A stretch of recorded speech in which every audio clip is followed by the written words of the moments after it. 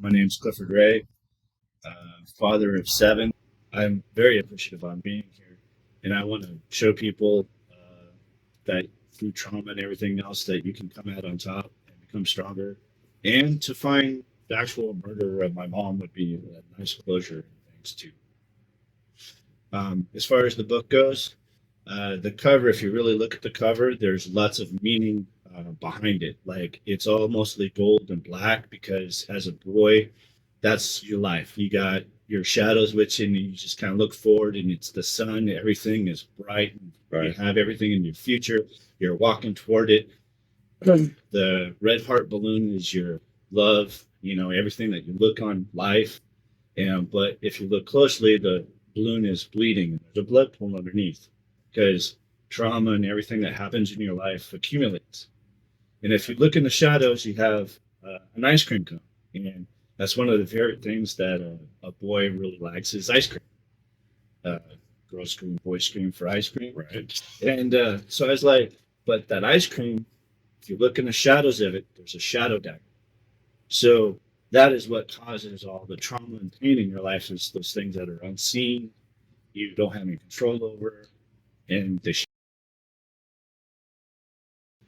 So, a week before her murder, I'm in the middle of a nasty divorce, and I didn't. I just was able to have custody of them, supervised or at a public place for 4 hours, which was at McDonald's, and the girls were 3 and 5 at the period of time.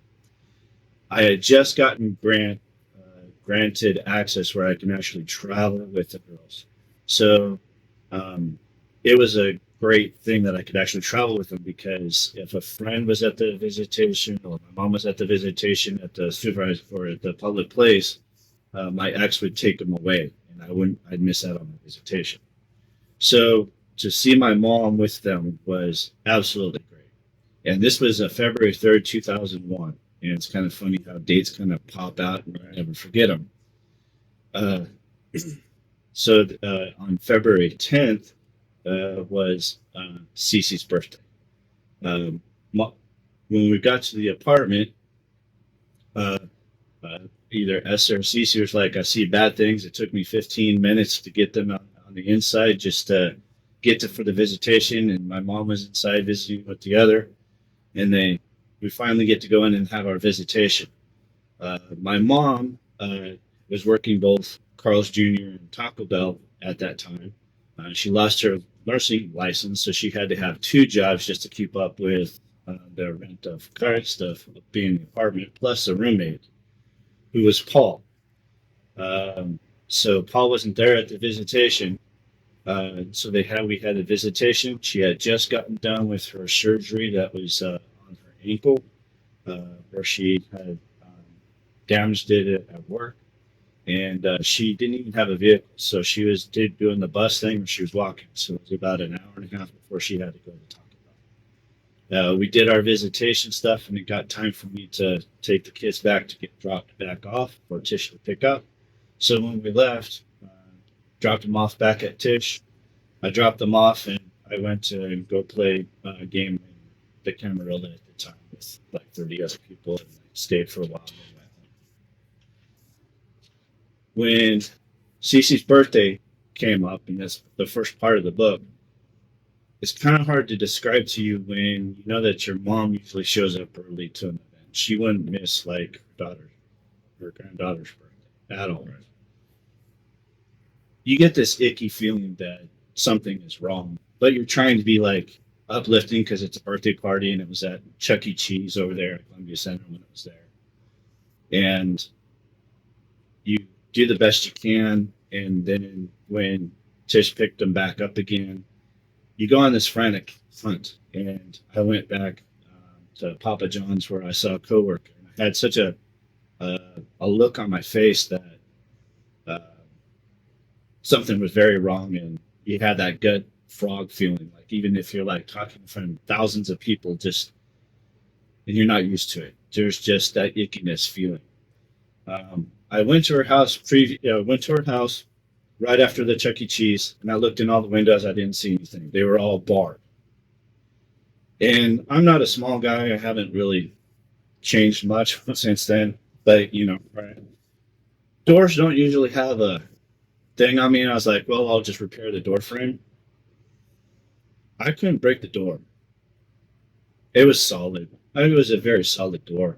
And after about three times, and you know you're not going to be able to do anything with this, I left and I went to the nearest phone call place that I could go to, and that was at Papa John's, where I was working as a restaurant manager for the one on Van Giesen, so they knew me there. They've got like six phone lines, so I'll call the cops. And then I head back, and I was driven by a person his nickname was Frog. And we go back there, and the cops take their time. It's a goodwill check. Right. There's no violence or anything else like that. It's no big deal. Get to be talking with one of the neighbors. She's wondering what's going on. And apparently, a couple of weeks prior, Paul and Mom seemed to have an argument, and it was loud enough for the neighbor to even hear. So I was like, well, that's interesting, because she had just moved there 2.5 months, 3 months prior. I didn't have a key to the place. I didn't have any of the. I hadn't even been in there, other than the visitation. So the cops come, and with the apartment manager, which might have taken a little bit of time, and they unlocked the door. What's funny is that the door didn't open. So we're standing about 20 feet away from the thing. I've got Frog on one side, and I got the maintenance person that came with the key on the other side. And the cops start kicking the door. And the maintenance person right next to him goes, boom, goes the door. I hope they don't, boom, break that, boom, door frame. And then both of them take it, and they both kick in the door at the same time. And the door busts open, and they roll out of the way because they have cats coming out along with feathers out the door. And then they go in with their guns drawn, and they come out in what seemed like an eternity. And you're like, I want to rush in. They come out, Mr. Ray, you just need to go home. What do you mean? Well, what does your mom look like? I give a description of her. There's been some foul play. You just need to go home. I got held back by the maintenance guy and the security because I just wanted to run in there and see for myself. This isn't real. It's not. What the hell? I just give a breakup. Oh, just go home. Like it's a long day for me. So I cried, and I went home after a while. I got here because I was in a shit to cry. Because, yeah, you just feel the guts just tear. She was the only family I had left. My father, real father, didn't recognize me as being his son since birth. Stepdad, they got a divorce a long time ago. My uncle died of AIDS a long time ago in the early 90s, late 80s. No grandparents, no nothing, so I'm alone. Nobody but my friends. That is going to be hard. Definitely hard. I mean, going back to that feeling you felt, that moment, when they finally came back out of the apartment, and they told you just go home. Yeah. That gut wrenching feeling, but you just know. You don't believe it. One thing that wasn't part of they have news articles and reporters and other things that come up, but I used to be the restaurant manager at Burger King on Clearwater in 395, and now it's a Walgreens. Right.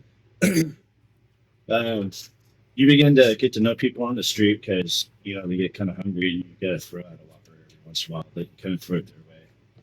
So I got to get phone calls out of the blue on following the cops and the detectives. And after a while, I started knowing that what was going on with the incident before it was even popping up. And the reporters were trying to do the best they can, but they weren't releasing anything. As time went by, I actually got a phone call, and it had a person that was over at their thing because someone called in and saw it on the newspaper that they found that their car, their little camper, was broken into the day before the murder. Someone was staying in their camper and they found bloody shoes within that camper. They called the cops and the detectives. They went out on questioning. I went to question them, and they even offered me the bloody shoes because they didn't even take them. I was like, no, no, no, I don't want to take any evidence. I don't want to have, me following the crime and what the detectives were doing was, more than enough because my friend was telling me because he had a friend that was working in the police department to stay away from me because they were looking at I was a prime suspect as you would think because I was the last one to see her, and then I was the one to call the cops and find her murdered in the apartment. Of course, you're gonna look at the son of what's he gonna get out of this, or was there animosity or anything else involved, which there was, but I made peace just beforehand, like 2 months prior. Um, they didn't take the shoes for one, and I left them, and it was 3 blocks away from where the apartment was. Maybe they didn't take them because they couldn't confirm that it had anything to do with the murder or any of that nature. But still, you'd think, why not? I did get a phone call from the police station, and this is one of the things that's really weird about Kennewick police is saying, "Hey, we have a whole police shelf full of evidence from your mom's apartment. We need you to come and pick some of this stuff up because we're doing a remodel."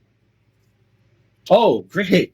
My I I just lost everything because of divorce and everything else like that. And the only thing I had with my family was what my mom had. I was getting really excited. I was going to go down there and then they'd just be turned off going, "Are you crazy? We're not going to give you anything because if we have found the murderer and they find that we gave some evidence away, it could be a mistrial because they could say, well, that could have been what saved our client the murder charge because but you gave it away." So to be turned around, it's like to get your hopes up just to be turned off. Why call you in the first place to say about it? Well, somebody got excited about having a remodel, I guess. Yeah.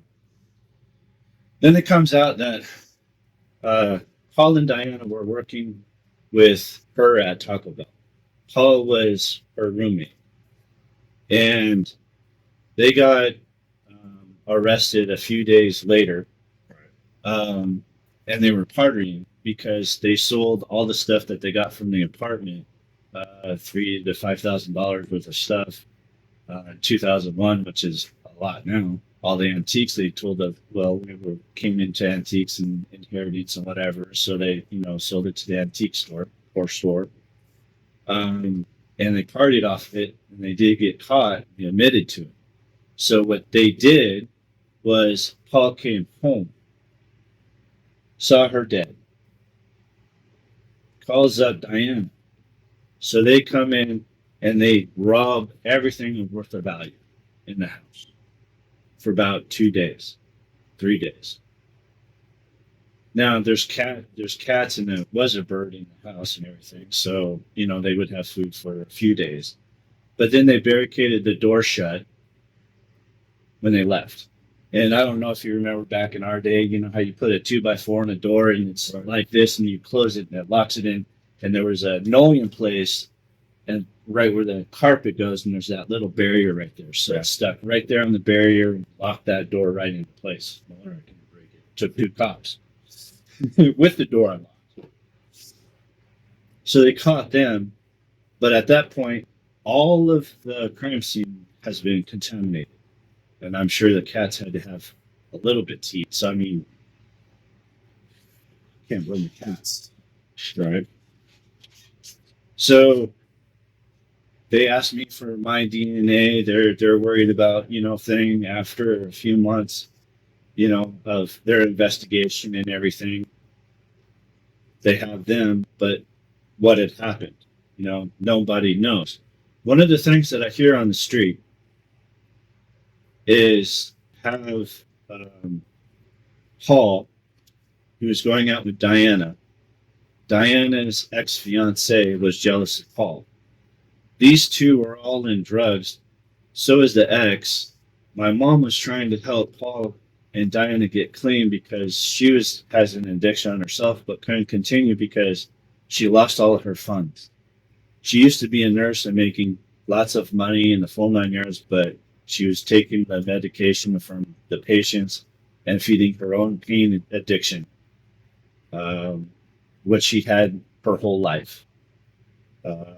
She lost, multiple licensings for her nursing degree, being an RN. Um, she always took a lot of money to get them back. She did things that were very, very bad that we had a huge falling out issue. I found out that she was a closet alcoholic when one Thanksgiving she wrecked my grandma's, when my grandma passed, she wrecked my grandma's New Yorker right there on Columbia Center, right there on the center divider, making a left hand turn. Totaled the New Yorker and broke 6 ribs. The cops didn't give her a DUI at that period of time because they thought that she had broken both her legs, and her ribs actually turned out to heal on the inside like this. So if you would have punched her in the rib or something like that, it would have pierced her lungs and she would have died that way also. She didn't like it when I kind of reported it. Um, when she was having problems and she was finally got her license back and she was working in Prosser at the time, uh, she had a house that my grandma had bought when they moved up from Lake Elsinore to follow me in California. So we had a house in Pasco. She wanted to, we were taking her because she kept wrecking cars.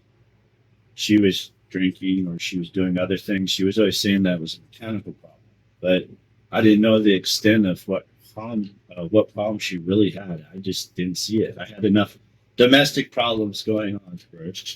So we were transporting her from Pasco to Prosser, going home, and then coming back 12 hours later, picking her up and coming back home. And that becomes old pretty fast. I remember seeing one of her paychecks at $2,500 at that period of time for 1 week. Uh, she was putting in a lot of hours, and they had an apartment there, so we agreed to live in the house, and she would live in the Prosser. So we would do the thing for $500 for her to live there, and she was going to pay for the house payment and utilities where we were at. So, and then the next thing that we know is we've transferred all the utilities into our name, so it's not, that huge of a deal. So the next thing we know is that when we were leaving, this car pulls up right behind us, gets out, he puts a thing on our door, nails it into the front door, and leaves. And we go over there and says, foreclosure notice. And I was like, what the heck's going on here? So I tried contacting my mom like for a whole week. And we don't know if a sheriff's just going to pop in and lock up the place and we lose everything. Had no idea. And at that period of time, we were like, okay, we're moving. We're moving in 3 days. The place was a disaster when we left. I found out that my mom took everything that my grandma had left. But I was one of the executors. If my uncle had died, she didn't even really tell me. And so my grandma had purchased the appliances that went into that house, and I was like, well, we kind of need the appliances. So I took the washer, the dryer, the dishwasher, and the refrigerator. And these were really nice Sears appliances when, back in Sears. Right.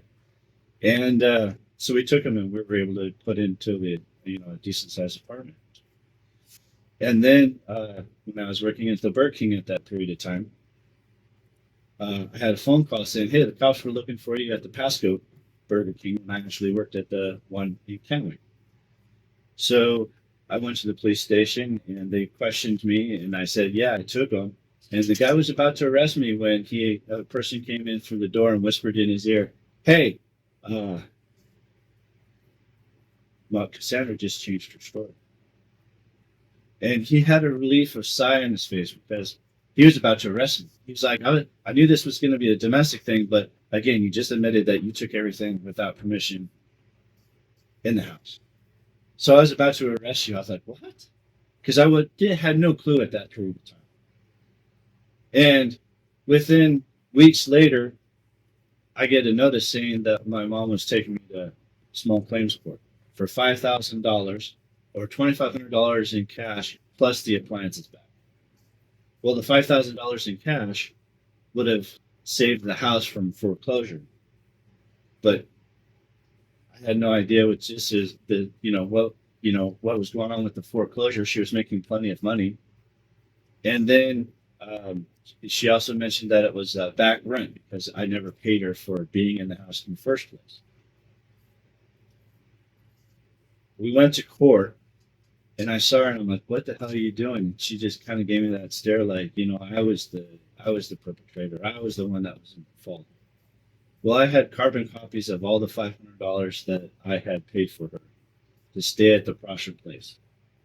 By the time I got in front of the judge, I said, "This is what happened." I had a copy of the willpower or the will from my grandma. I had Sears change everything into my name for the appliances because I showed them all the will and everything, and I showed them the carbon copy of the thing.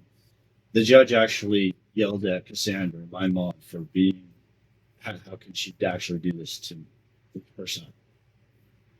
And she cried, and I left. And I was like, well, at least justice is being done. And her and I didn't talk for the longest time. I started a divorce, and I found out that my uh, daughters were being abused in a relationship that I was trapped. Uh, it was a Tish was a narcissist, and she had control. She basically said, if I don't do what she wanted to, I was never going to see my kids again. Yeah, she would go down to California and never see them again. So she had another boyfriend. She had another kid in the relationship, and it's in the book. It was just heartbreaking.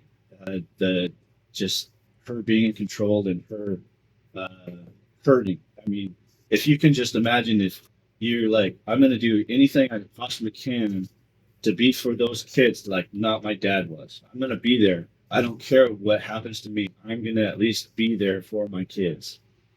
If you can imagine just the things of abuse that person has control over you, that was probably a mistake on my part, but I had no clue, no strength, no backing, no nothing. So, but when I found out that my kids were being abused, that was it. The kids were everything. So I took them out of the relationship, and her best friend told me what was going on. Her best friend said, "Hey, Cece woke up in the morning. She was 4, and her daughter and her sister was 3. They made a big bowl of cereal. They didn't eat the whole bowl of cereal because it was nearly like a whole box of cereal.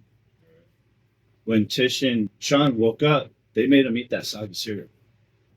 When I came home one day in the house in Pasco, there was shit all over the walls. And I was told, well, they were just playing in there, and you know how kids usually do the paint and everything else like that. Her best friend basically said, hey, uh, they were trapped in that room until about 11 o'clock because Tish and Sean just didn't wake up. And I was at work. So by the time I got home, I was made to clean it up. But by that time, it had been dried so much, I was taking paint on and drywall off the walls to get it cleaned up. Wow. The relationship became very, very toxic. It was toxic to kind of begin with, but when you get in a relationship so young, I was 21 when I married her, and she was 18. And I put it even in the book saying, hey, getting married young, or you need to realize what's kind of going on with people that you affect in your life. And even it's not worth having your own trauma uh, and everything. It affects like your kids. Just because you think that you're protecting your kids, you're not really doing it if it's a bad relationship, right? I mean, Sean was in a fight with Tish, and this had to do with Elizabeth's first birthday. They were fighting over what they were going to wear.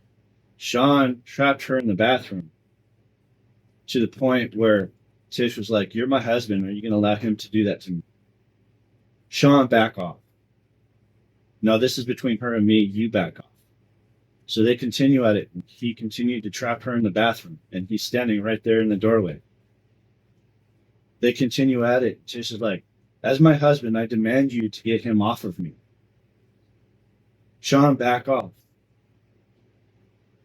He did not. When he turned around, I picked him up and his head hit the door frame. And then he fell back and I went through the door, which went into the wall. And he had a good scar on the back of his, on the top of his head. And he was bleeding. And then immediately Tish went to him to go help him.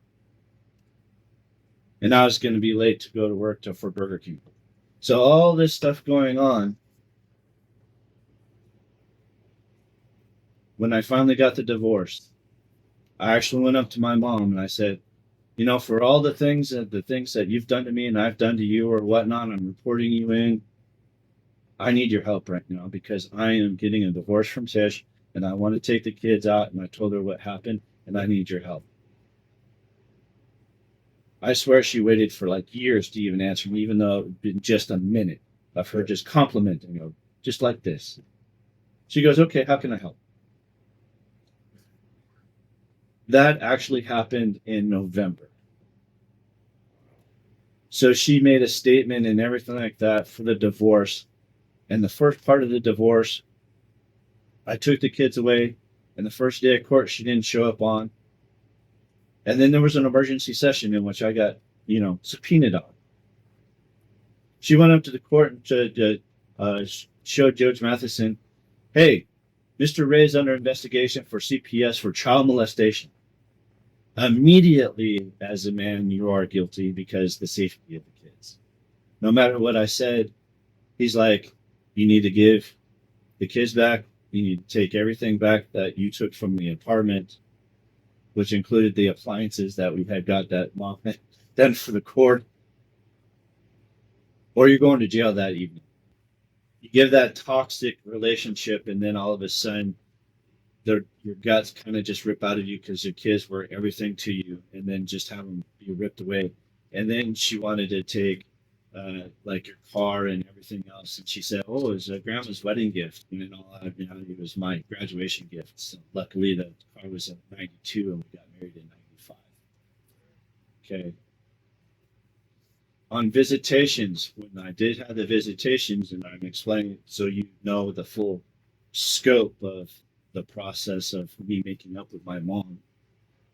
If my mom was there or a friend was there, and I was only granted visitation for 4 hours at McDonald's, and luckily I knew people at McDonald's because I used to work at McDonald's before they had to play something out. They were 3 and 4. Tish would take them away. To hear your kids scream for you because your mom was there, and to know that there's nothing you can do about it. The court finally said, I took it to the court so many times that she had contempt of court 5 times.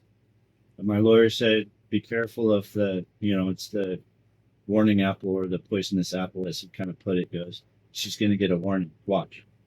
I'm like, this is her 5th time. Just watch. So for her 5th time, the judge says, if you do this again, I'm going to defer it for a year. But if you do it again in your contempt of court, you're going to serve both time and you will go to jail. After that, when she did a visitation, to give you an idea where she was coming from, and there's certain things that stick in your head. She goes, you see that telephone pole over there? Yeah. If I take this van and I wrap it around that telephone pole and I kill me, you win because you can get the kids back. If I wrap that around this van around the telephone pole, and we all die, you win because you started your family all over again. But if I wrap it around and I permanently harm or disable all these kids, you'd have to live with them the rest of your life. And she sped off. I called 911 and they pulled her over. And it got back to me that they let her go because she said yes. I said offhanded things just to piss them off. Now, if it was you or me that would have said something like that, we'd have been in jail and we would have lost the kids. During this time when I made up with my mom, she was everything right now because I could have someone to talk to. We were kind of going through the same thing. She was in my court for once instead of having the thing. When I finally got to have the visitation, to actually go and visit her at her place after she had her surgery. It was one of the glorious moments that we had on February 3rd.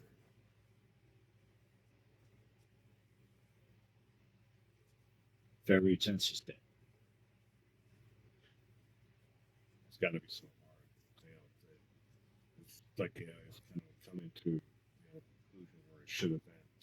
You know, and all of a sudden, it's like that's gone. Like again, this time for good. Yeah. Yeah, there is some coming back. Anything else that you may have wanted to say, or do, or hopes for the future is gone. She got cleaned up. She couldn't afford any of the drinking anymore. She couldn't afford any of the painkillers, and her and I were having a relationship again, more or less. So after her murder, the court was still going back and forth. Had a psychological evaluation report, and for one reason or another, and I have no idea, I was a real people pleaser. I'd do anything to make you happy. All I wanted to hear was, "Thank you, you did a good job." The I came in and I succeeded. I passed my psychological evaluation report through all of this. Wow. I was willing to do anything. He's a very strong person to do. Keep on that. I did anything that the court wanted me to do. If I had to change, I was changing. Anything that I could show that I was going to be a decent parent or anything, I'd make it happen. By far, I was not perfect at all. Right. By far. But I made the changes. She ended up being pregnant again with Sean's second child. So she had to have her psychological evaluation report twice. When they got completed and the paperwork hit the court system, I can quote part of that was, "I'm afraid Mrs. Ray can go into fits of anger and not recall it later." Wow. Narcissistic is usually an action or it's a disorder or whatnot. Right. In his report, he put it on. It's a character trait. She could go into years of therapy, and I don't think it'd make any difference. When it hit the court system, they got a hold of my lawyer. My lawyer called me up and says, "Go pick up your kid, 3 and 5 now, from daycare." I'm so innocent and distraught at this point. I'm like, "Well, what about their stuff and their toys?" For the first time, he's like, "Are you freaking kidding me? You just won the lotto. I can count how many times on my hand, how many times court has actually awarded out of court and any other time a father, 3 and 5-year-old daughter to go pick them up. Go pick up your kids and count your blessings." Right. That was one of the glorious things that ever happened was I actually picked them up. Do you think that it was the shock from what happened to your mother and was carrying it over to that time? So maybe you just weren't able to totally feel and understand the ramifications of the phone call. I have been different my whole life. I was premature. I was 1 pound 14 ounces. Even my wife now says I'm completely naive. I feel the moment. I really plan really good. I'm a great problem solver. I can do this, but as far as like social reactions and other things, I'm as naive as you can possibly get. So I feel the rooms and everything else, but if you're trying to like flirt with me, I'm not saying you're trying to or anything else like that. Yeah, I wouldn't pick up on it. Not at all. I always missed those, and I was always just like, well, what about because my mind's over here, and I should be over here would be normal, okay? But with everything else kind of going on, it's like, okay, so I focused on the kids. Again, it was like I just backed myself off because I cried every night. We had no furniture. We had nothing. I had a bed. The ex took it all. So we had an air mattress, and I went to Goodwill and paid for the best I could to have them for starting, clothes and things like that. I give it to anyone that's a single parent. I didn't have any support, but single parents really, really need help or support group or something because that's a whole nother world that I had never experienced. And with everything else going on, oh, oh, yeah, every day was just another problem or, trying to get a hold because all I was making $500 a week take home. And I was trying to run a restaurant. I opened the Papa John's on Van Giesen. I was one of the people that opened them. So I had that going on, plus being a single parent, but I had friends that were kind of helping out. Uh, Tish's friend at that period of time kind of rolled back her clock because she was helping me because she was the one that told me the information and everything. She actually went back to being Tish's best friend, changed her story in the court system and the full 9 yards, saying that she was on medication at the time. And but I had such a rock solid thing from the guardian ad litem would come in, and Linda Waters was great.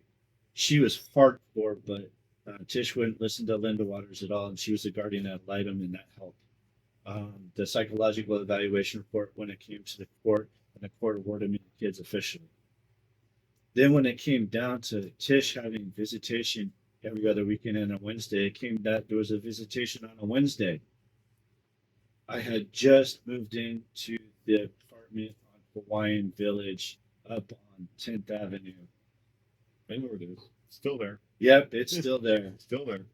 I had to give back the moving truck. I had arranged to have the day off. My boss calls me up and says, "Your night manager called in sick. You need to go in and cover your store. Let me know what you're going to be doing." Because I told him, "Hey, I got to have the visitation and I'm going to be returning the moving van." All in all, I couldn't cover the store, and I decided to have the visitation because I didn't want to be disruptive and contempt of court in the full 9 yards because I knew it was coming. There was a whole plan in that whole scenario because when I went to put in my notes to get my last $500, which he wanted to have my resignation notice, which I put in the middle of the thing. I wish to give him my 2 week notice, but I'm being denied, but he didn't read it. I gave it to him. The manager that I'd fired just weeks prior was working again. And I fired him because I caught him in theft. He was stealing the driver's money, tips. When I tried going for unemployment, which devastated me because I lost my job on my day off, that's what really broke me. I cried every night. And then the ongoing fact of trying to, uh, it's something else when you never had to rely on the state before. And then to be denied again because you couldn't get unemployment because he said you quit. Not that you were fired, but you quit. Then trying to find the money with no support, no family. Your friends can't really help you because, they're off on their own doing their own lifestyle and everything like that. I fought him in court. 3 months went by. And it's something when you have to go to food banks and you actually get food stamps that you've never do it before. It's humbling. It makes you more appreciative of that people that actually need it, that ask for it, and that you kind of get it. But the state started coming in and doing inspections as well. Every time there was a visitation on the other side, though, and those kids got a bruise, CPS would show up saying I was abusing them. So not only did I just get the kids, she was using CPS as a weapon, trying to get them back. And these were just bruises on the shin, bruises, that you normally get to play with. I got to be on front name basis with some of these people because they would show up almost every other week or weekly. 19 times is how many times they came out.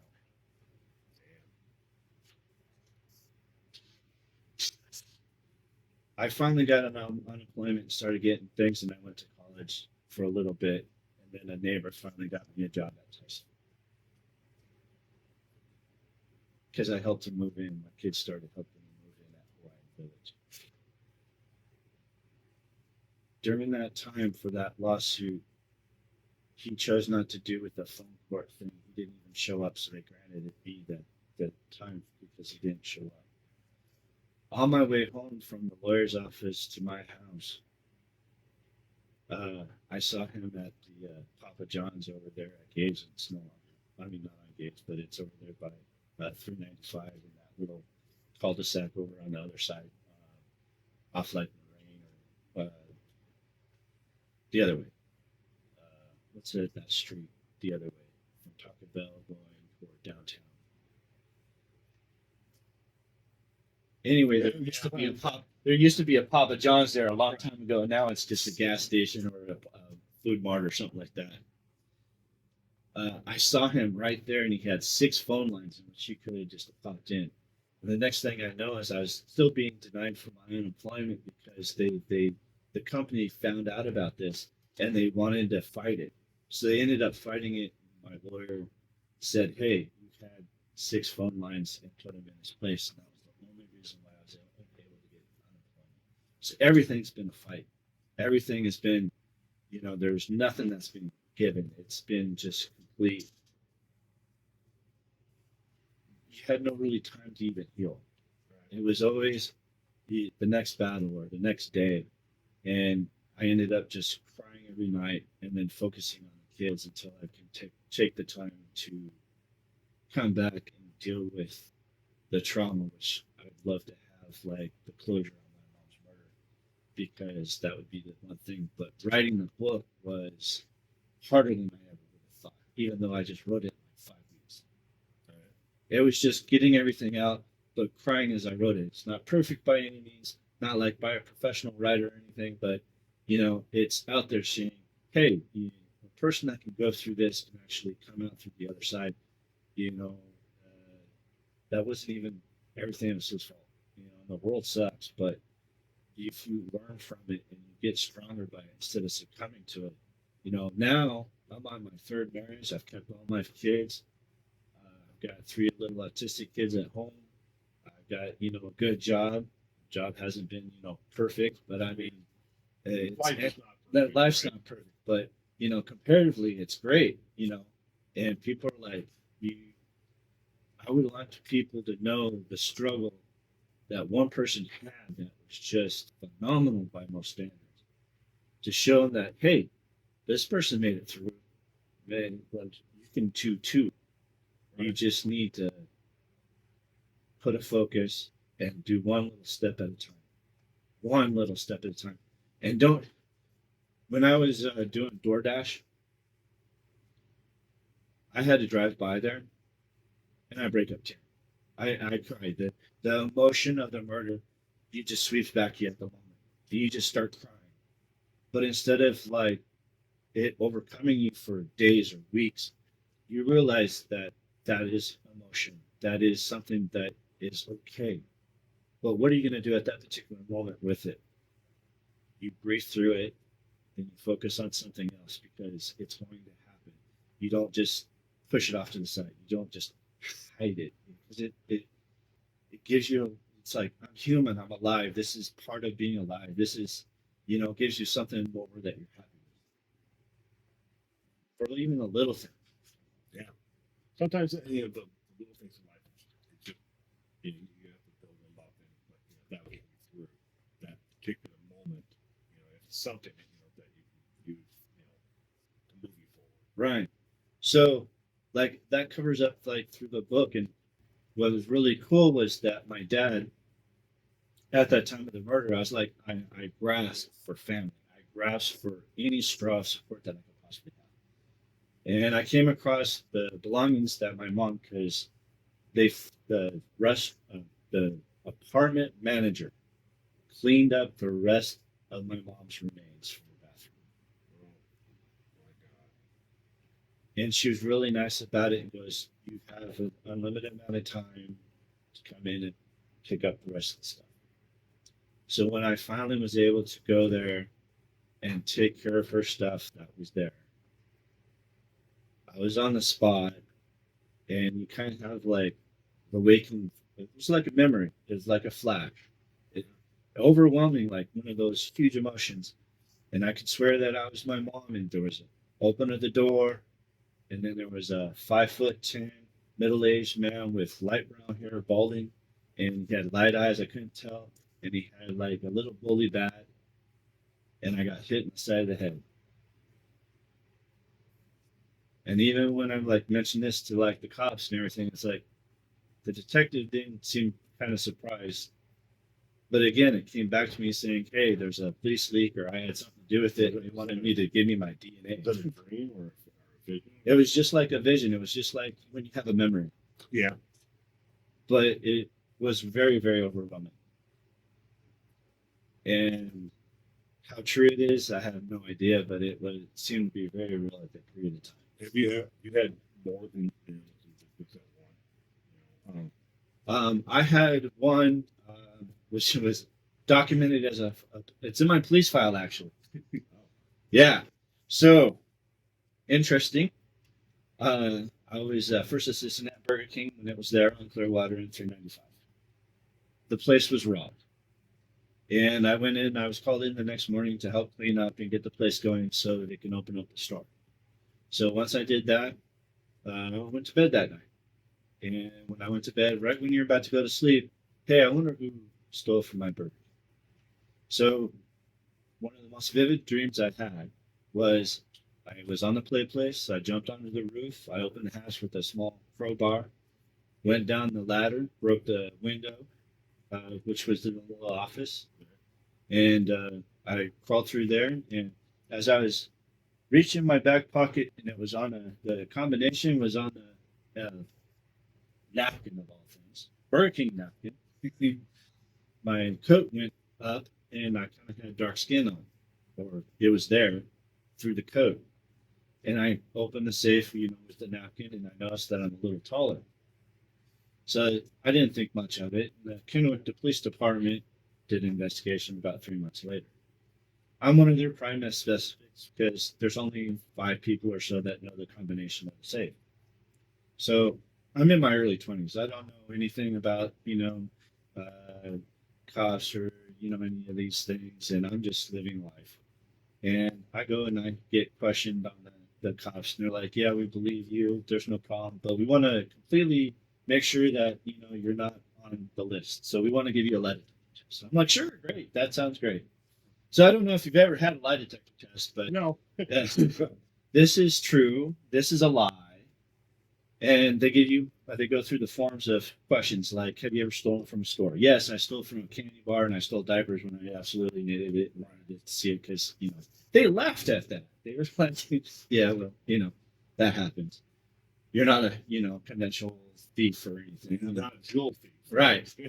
And then, well, you're here on your own accord. Are you telling us the truth? Did you have anything to do with the robbery? Did you, give a combination away or any of this nature? So they go through the whole list of questions. And through all those questions, what happened on all the questions that had to do with the theft, I felt like a very surge of like an energy, or like when you go into a room and there's just, you put your finger in the light socket, just that electrifying. Correct. Yeah. Well, apparently the lie detector test picked this up. And I didn't know right when I was taking the series of tests, but, I was telling the truth. Hey, are you telling us the truth? It came out true. But all of the ones that had to do with the theft, I remembered the dream. It spiked that leader for the needle for about 5 seconds. And the guy at the very end goes, I've been doing this for 15, 20 years, give or take, and I've never seen results like this. Can we redo the test? I'm like, sure. The exact same results. And it only had to do with the ones that had to do with the thing. What really got them was, are you telling us the truth since you've been here? And it was true. Right. And I told them about the dream. I told them about the thing. And they were like, yeah, they just kind of laughed it off and whatnot. So immediately I'm guilty. And through the thing, there was a trigger there. Sorry. There was a trigger on, hey, you're going to not see your kids again. You're going to lose your kids. You're going to go to jail. Immediately, I went back to my relationship of being entrapped where if you don't get to do what I want, you're going to lose your kids and I'm going to go down to California. You'll never see them again. So I'm completely like crying into this. Give me a piece of paper. I sign it. I don't care as long as you don't take my kids away. And after about an hour of this, they said, get the hell out of here. So I go immediately to my boss. And I'm like, hey, this is what happened. Well, did you get charged for it? No. Well, then get back to work. Uh, it completely like, what the hell is going on? What happened? So in Burger King, you get to know people and whatnot. So you start putting out there, hey, who stole from my burger? So about 3 months later go by. And it turns out that someone got a little toasty at a party, and his name was ex-employee, 6'3", and he was a black guy. And he was bragging that he stole all the money out of Burger King and got the safe combo from another manager. Wow. So I told my boss about it, and then I never heard anything about it again. I've had other little dreams, like there's a walking pair of feet next to you, and that there's a light that comes up, and we're having a conversation, and that ended up being later where it used to be my stepdad. But I mean, it was just weird things like that. So the one with my mom was actually waking. So actually, when after that happened, I started going in and doing research on doing remote viewing and different things like that. So I'm not the only person that's done this. There's actually professional. But at that period of time, I had no clue, and I thought I was going nuts. Well, most people would, if you kept on having, over and over again. Right. Or even one here and one there. I mean, it would definitely disturb someone, especially if it's just new. Correct. In that aspect. So, back to your mom for a minute. Growing up, would you say that your relationship with your mother when you were younger, was good? You said that she had, a substance abuse issue then, but what was the relationship like? Then. My mom was, she was, it's funny how you kind of do it is I'm really glad that my real father never got with my mom. She had an addiction of alcoholic and pain meds. Um, our whole relationship was, again, I was born premature, and they don't know how I passed second grade. We were living in Flagstaff, and I had a stepdad, and it wasn't the greatest of things. Um, he ended up being um, abusive, uh, sexual manner. Didn't go very far, but it went far enough. He was drunk, and I even confronted him about it later, and he's like, he apologized, and that was about it. He didn't even was sure that it even happened. But we lived in Flagstaff, and then I had some time where I was giving back to my grandma. My grandma helped me a lot. She put me in reading games. She helped me get caught up in school. Uh, I probably have the autism thing going on, or some other things where I had a huge learning disability. By the time I got done, though, by fourth grade, I had skills that were being could be tested at high school and college level by fifth grade. My grandma gave me back to my mom, and we lived in San Diego for a little while until he lost his job at General Dynamics. All of a sudden, they were just gone, and we moved to Las Vegas, in southern Las Vegas, which isn't all that great of a place at all back then. And I was just finishing up middle school. My mom would go out, and I believe that she has lost her license a few times through the times, and she was able to get it back. I know up in Washington, she lost it one or two times, and it was get it back, and then the last time was the final draw of it. Right. It just completely erased it. Because there's one in California, probably one in Arizona or Nevada, and two in Washington. So she had lots of chances, and she always believed that Cassandra, if you know the mythology of Cassandra. So Cassandra was blessed and cursed by the mythology, and what it was that she was able to get the foresight of impending disasters, but no one would believe her when she would tell them. So she tried telling everyone that there was a disaster coming. It actually happened. They thought that she caused it, so they kind of offed her. So this became one of her things of life, because one of the things that happened between my grandma and my mom was uh, Cassandra would tell Sylvia, her mom, that her side hurt for a real long time. Well, it didn't happen until her appendix burst in the driveway before Sylvia actually took her to the hospital because Sylvia didn't believe it. Same thing happened when Cassandra told the Navy that, hey, my water broke, and the Navy was like, it's too early for your water to break. You're still pregnant at only 20 something weeks. And that didn't happen. But then she got checked in with 105 temperature, and, you know, her and I were in critical condition pretty much because I had to be cut out. And if you had seen a gutted fish, that's how they did the C sections back then. And because she had a resistance to pain meds because she's taken it so long, she actually felt the scalpel and the surgery of me being born. So if you can imagine that pain and then associating your son with that pain, that might be part of the reason why she did some of the things to me at that period of time, along with the addiction. So it wasn't until the end, those last 4 or 5 months that we made up that, she was starting to get cleaned up and started fixing and seeing things, and that she was wanting to help Paul and Diana, which ended up being her downfall. That, and then also the fiance coming in being jealous of Diana in the full 9 yards really kind of puts a picture of like, you know, but again, the crime scene was violated. So the only thing that we have in retrospect, the only thing that I had come across on the street at the very end was the ex fiance went to one of his friends or family members, and he had blood on his clothes, and he destroyed them. And that one person knows what the heck was going on, but they didn't say That like the detectives, have said, and now the cold case squad. I'm not even sure if Holmberg, who is in actually part of that cold case. All I know is that they was assigned to a new officer, in 2022. But I was afraid at one point, especially after that initial interaction. I never even got to the point where I reached out to my friends and say, "Hey, I want to talk to you guys about this case." And I was like, "What's going to happen here? Do I involve them?"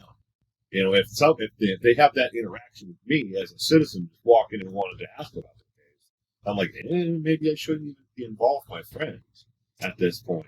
'Cause I don't want. I mean, obviously, I don't think your mother's case or the other cases that they've talked about that they're really looking into that are attached from in and around the same time period. There were 3 homicides total: a man and your mother and another one, who happened within like a 6 month period. And the man was murdered in somewhat circumstances, bludgeoned to death as well. And then the other one was a strangulation stabbing. there was also a kidnapping of a young little girl at that period of time too. Sophia Juarez. Correct. Yeah. And that even dwarfed over everything because I know. they did not It really does to me, looking into the case, it looks like all of this stopped when they put all their attention on Sophia. correct. That's how I felt. And to me, looking at it now and trying to do the investigation after I was aware of this case, is they're still investigating that case and they're tracking it down internationally. There was, a couple of years ago, there's another girl, who popped up in Mexico who said that she was sex trafficked and she was Sophia, and then there was an uncle, and then there's the mystery white van, and stuff like that. And it's just like, oh my God. And it's like, it's like they want to keep that in the consciousness of society. It's like, we are looking for Sophia. And it's like, what about this murder case? What about this one? What about this one? I mean, there are family and friends who want closure and need closure. How can we get the word out for them? And then when you start looking into it, and I've been doing this for years, and being denied a FOIA request, for information request in case those out there don't know what a FOIA request is. I've been shot down a lot. But trust me when I say the FBI and certain law enforcement agencies across this country know who I am, on a first name basis. But I file so many of them. I'm a thorn in their asses in a lot of cases because I'm diligent and I want this information. I know where it is, and especially in the beginning of years, some places are really picky about what you say, in the FOIA request, what you want. If you just say you want all court documents related to this case, they're just going to give you what's on paper. They're not going to give you video, chest cam video. They're not going to give you witness statements or anything else. They're just going to give you what was in the court case that was set in court. Because they want you to spell out every single thing that you want. And I didn't know that at first. And then I was like, hey man, why didn't you guys give me everything I want? Why is it I got 200 pages and it says 938. I want the 938. But and then trying to figure out how to play their game for. But that became a thorn in their ass. While I myself learned the entire thing. But congratulations on your persistence. Yeah.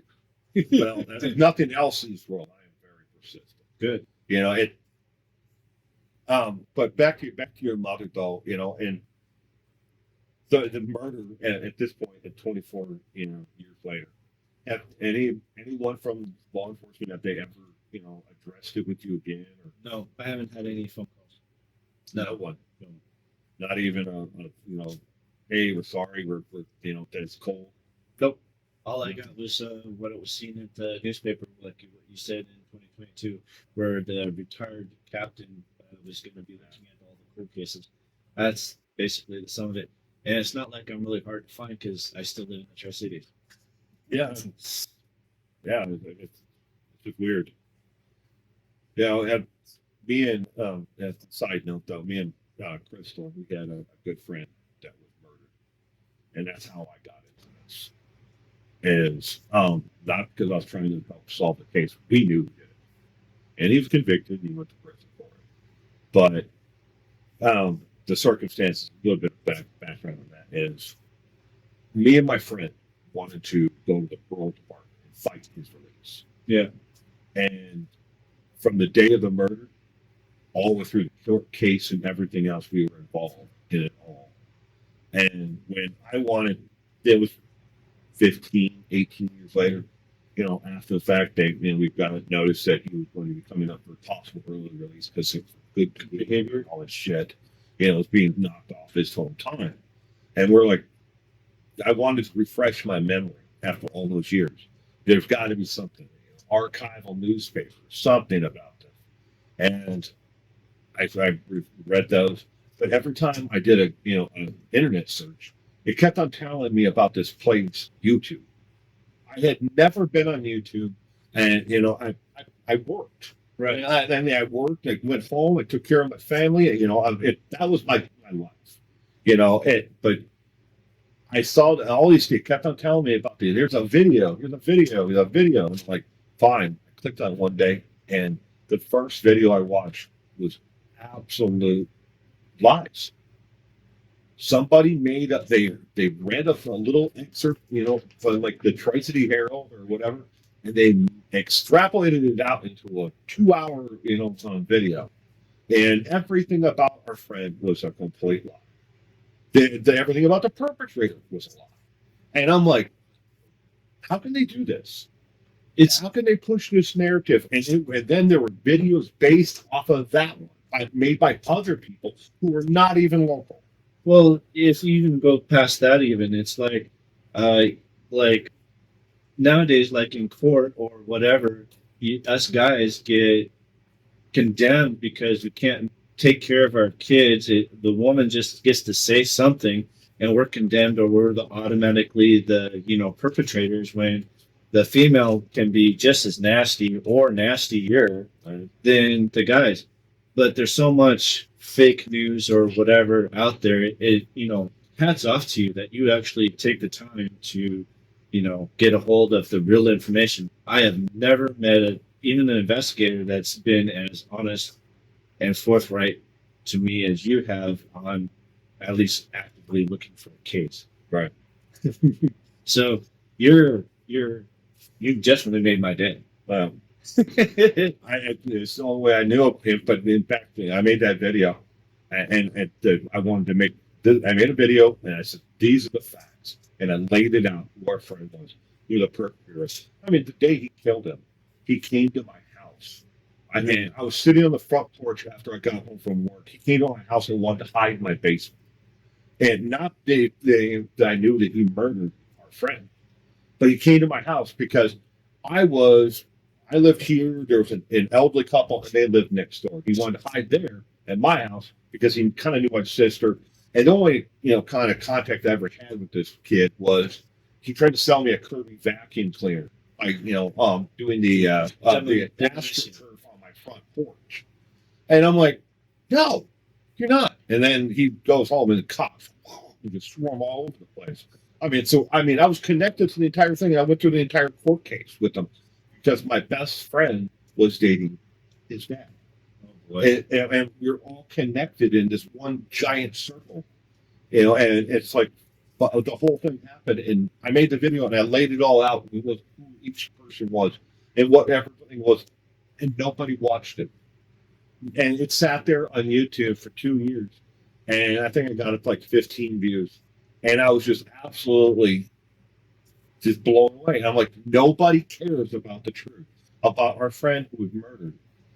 And it's kind of like at the same time, I hadn't felt that way until I watched the video that you did with the Tri-City Hero. Yeah. And just how incompetent they were in posting that video. There's no search tags. There's no, search engine optimization on there. There's no description. There's nothing. It is just there on their site because they don't care because just yesterday's news. Pretty much. And that is terrible. Now, I put myself in your shoes, as the surviving victim of this crime. What happened to you, and how you would feel. If I was in your shoes, I would want not only justice and a closure for what happened to my mother, but I would want someone just for once, please, just listen to me. Just hear me out of like what happened to me, in the circumstances, in my life and what everything else that you're dealing. Because come on, Cliff, what was going on in your life would have broken a man, or anyone, a woman, if all of that was happening. How you got through that period of time, it's gotta be a miracle. Do you? I will not doubt it. And a lot of people. How did you survive? The book itself is like how. That's a lot of stuff. It is. So, if you can take yourself and how you felt on being in all that circumstance and how you feel with it right now, Yeah. It's still overwhelming, right? Oh yeah. Okay. So, if you can actually recognize when it's coming, how do you choose to respond to that? Is it going to overwhelm you, or does it, empower you to do more? Well, it would empower me to do more. Exactly. So again, it's like with the trauma that what happened. Yeah, it can break you, but then what do you do with it? Yeah. That is, you can either let it destroy you, or you can build Use you it. up. Use Yes. it as a strength. And move forward. None of us have gotten a perfect life, and we don't have the answers to anything. Well, but what we can do is the best of what we have and our abilities and skills that we have that are set forward in front of us. but it's helpful if somebody that you can say, wow, this is what happened and this is what they did. Then it's your choice whether or not to actually apply it to your life. Right. So then it becomes kind of like a choice. That's the big thing is your choice. And I commend you because you are very rare. Out of all the people that I have seen, you are extremely very rare and you are very passionate. How many people have done that like you have? I don't know. I don't know of anybody myself. So Very, very few. And probably those other very few are either billionaires but then they used other people to get there, Yeah. or they used contacts, or they used other things. But in your circumstance, you're doing very, very well. You chose to use that and put it toward a different path. but So I commend you. well, thank you. But I guess I've always been, even before my friend was murdered. My friend was murdered. I've always been interested in the psychology of what makes people motivated to do what they do, and then that light bulb got, someone pulled the string on that light switch, and that bulb went off, the detective in me, Right. and said, you can network, and find the answer. Maybe you don't have a strength here and know how to, network it, with people who work for the city, but you can find someone and then network with them to get the answers. Right. And it's just, it depends upon how you ask and or who you ask or the circumstances. Let's talk about circumstances for a second, if you really like circumstances. So my dad at the period of time said I wasn't his son, but when I finally get everything taken care of, Ancestry.com decided to kind of kick in with my wife, wanted to know, where our heritage and things were at. Right. So we did it. It turns out that I have a half brother and sister and a dad. And I get a hold of him and I say, hey, why don't you go check out, your son's DNA account because he's my half brother. And this is the same guy that denied saying, I'm sorry that your mother died. I'm not your dad. You have a good day. It turns out that, he's a retired doctor up in Kodiak, and I have a half brother in Spokane and a half brother or sister in Colorado. And now I have a family, and they're great people, absolutely great people. Circumstances. My wife's birthday is March 14th. My daughter's birthday is September 14th, exactly 6 months opposite of each other to the day, right? Now, that might not be so much of a circumstance, right? So, but how about their middle name? Lee. How do you spell it usually? Lee? Right. Well, they both spell it Leigh. They're both spelled the same. Just as much as like I was the next on your list that you showed me that you were interested in, seeing more. That's actually, a little bit, spooky. Yeah. Because obviously, like I was saying before, it's like, our sons know each other from school. Right. And I had no idea, about your mother's murder or anything. And for whoever watches this later, I have a list of cold cases that I've been investigating, cold case murder from 1960 through to 2010. And his mother's case is the next one on the list. And it turns out that our sons just started hanging out, and they're great friends, and they come over to my house and things. And just circumstances. So most likely, someone or whatever is going to see this, or even like come out to you and say, "Hey, what about this one of your other cases or one of your other YouTubes?"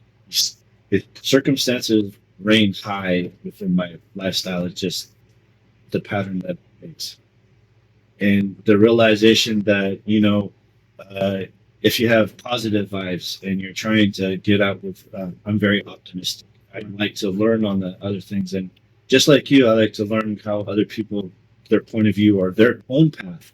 And the biggest challenge that each of us has is ego. Oh yeah, it gets in the way of a lot, and not trying to do judgment. Yes. Oh yeah.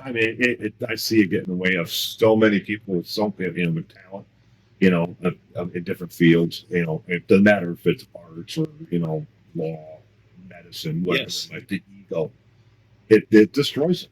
And they can't get out of their own way. And greed. Yeah. Ego and greed. Well, it does. Hand in hand. Yeah, it does. Definitely seems that these days that greed is the number one. For myself, how much can I get and how fast can I get it? Well, just like what you said, it's like, well, how do I get myself out there with still telling the truth, but making it interesting? Yeah. And I have lots of things that are interesting that are true, and they can be backed up with receipts. Right. Interesting little fact: the first ex, Tish, she actually has married. I forgot his name, but it used to be my best friend, who she married. Sean's tried to do the same thing on getting his kids back because of that psychological evaluation report. The court denied him because he didn't have a job at the time and that she got married. Okay. So showed that she was stable. Correct. But in all reality, she really was not and still had the same effect. Now, his parents, and you can look it up, 4 years ago, there was a murder in the Tri-Cities where the husband killed the wife and burnt the house down and then fled the state. Okay. I remember. That is actually Tish's husband's parents. Oh, really? Yes. Wow. He called his son to let him know where he was at, and he turned him in. Since you're into, well, it's not exactly a cold case, but it almost was a cold case because he almost got away if he would have made the phone call. There's one thing that you wish people knew or remembered your mother for. What would that be? She actually overcome a lifetime of addiction and everything that she'd done in the very end before she lost her life. Instead of destroying something or hurting somebody else, she was actually trying to help them because she was helping Paul. She was trying to help Paul, and he started working in construction out here. But because of all this trauma and all this murder and all this, I don't think having 3 kids with autism, I'd be able to take it as well as I do today. Because one kid will give you PTSD. He does anyway because it's like, okay, it's too quiet, where to go? And immediately we're doing head count. Okay. But because we've tried working with the city, we've worked with CPS, they've actually gotten programs that have helped people, other people that have had autism and different things like that. And I've, to get that up too. But that's because it's passion. One thing leads to another. And I have to compliment you on, you doing podcasts on cold case murders, because you never know when one leads to another thing, to another thing, to another thing. And it just takes one rock and a puddle and you are part of that. Well, you got different things where I believe that, you have the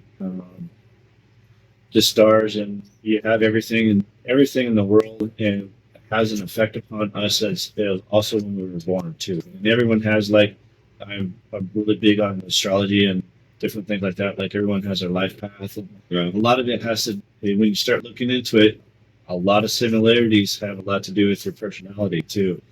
I know that my life path was 11, so that kind of puts me as like a master number, which means that my life is not normal at all. It's a lot more trauma based, and but then also it could be a lot more profound, where there's supposed to be something that I'm supposed to be getting out.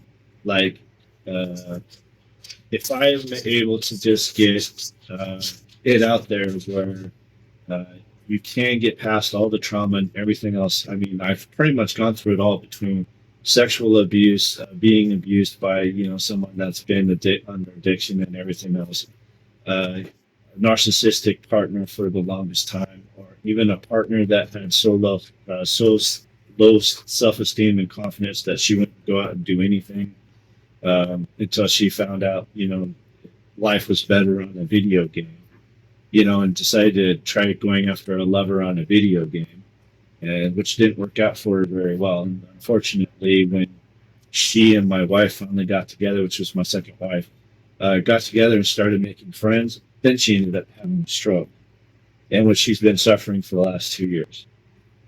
Just right when they were actually making up, and everything was starting to click for her. It kind of reminds me of what happened with my mom. She kind of made up that thing and was getting everything kind of going, and forgave things in herself and started fixing it, other than her smoking and drinking. And then this happens to her. It's funny how patterns emerge, and if we just stick in the same rut. But if we continue to grow and feel like you have with your other podcasts, and you start seeing all the numbers of patterns and the geometry and different things that are in life, it gives you a different perspective, and kind of makes you step back a second and makes you go, well, okay, actually, there's more of a pattern out there than you can possibly imagine. Well, and then if I change this, then you notice that the pattern changes. So you actually have more of an effect upon your own life than you can ever imagine, because in all reality, we only view 5% of what we see in our senses and everything that out there. It's we're given only what our senses give us, not what actually out in the world. Or even for an example, is like, I can change this, put a cola in the glass, and you'd say half full, half empty.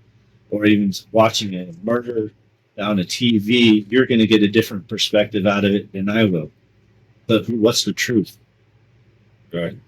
So, if we respond to those people that, it resonates with them, that there's a big change going on within the world, the full 9 yards, where people are actually starting to come out of the woodwork and looking for what resonates between them and what's the truth, what gives them the goose pimples, what makes them feel, and what motivates them is what really, really I want to push forward is I want to keep that movement going. It's like huge.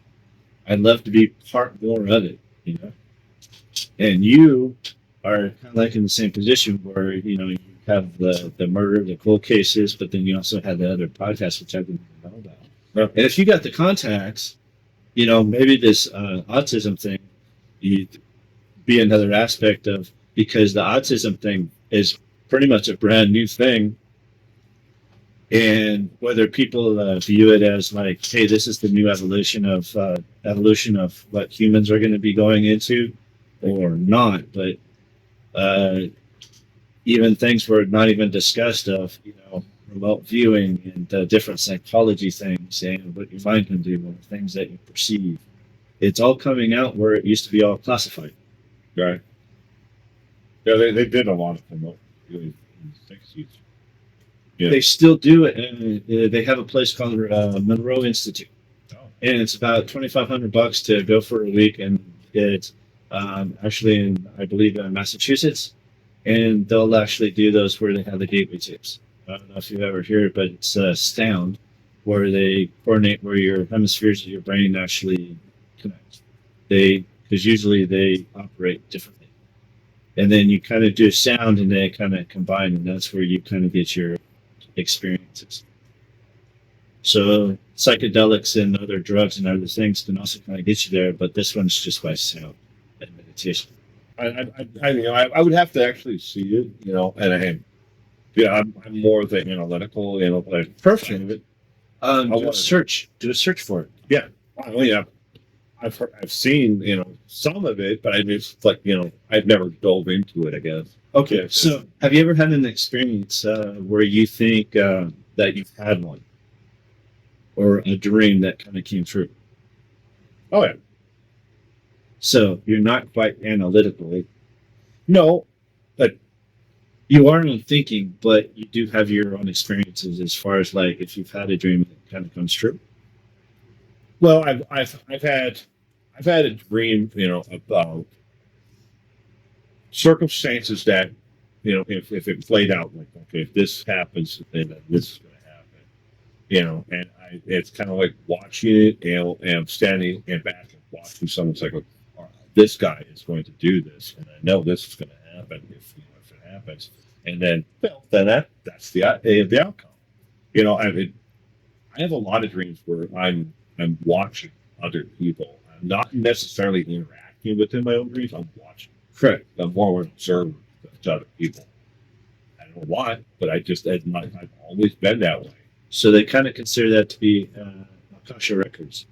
Okay. You can research that all you want. It's usually, so there's a hypothesis or whatever is that since we work on a lot of different frequencies, and they're finding in the quantum fields or whatever entanglement where our consciousness isn't just in our brain, it's actually picking up signals from other things. Akasha records is that time is not exactly linear. It's actually all of it. Right. So if you can pick up, like when I can see some, like through what I research is that Akasha records, it gets kind of database right there. So if I had a dream or if I had a vision of somebody else, it's from that Akasha records. Right. Okay. So it's not, that would put me in that place at that period of time. That's also somewhat of like the remote viewing is that it's a particular place. You can go for your own research. It's great. I know that you and I are going to have some great conversations.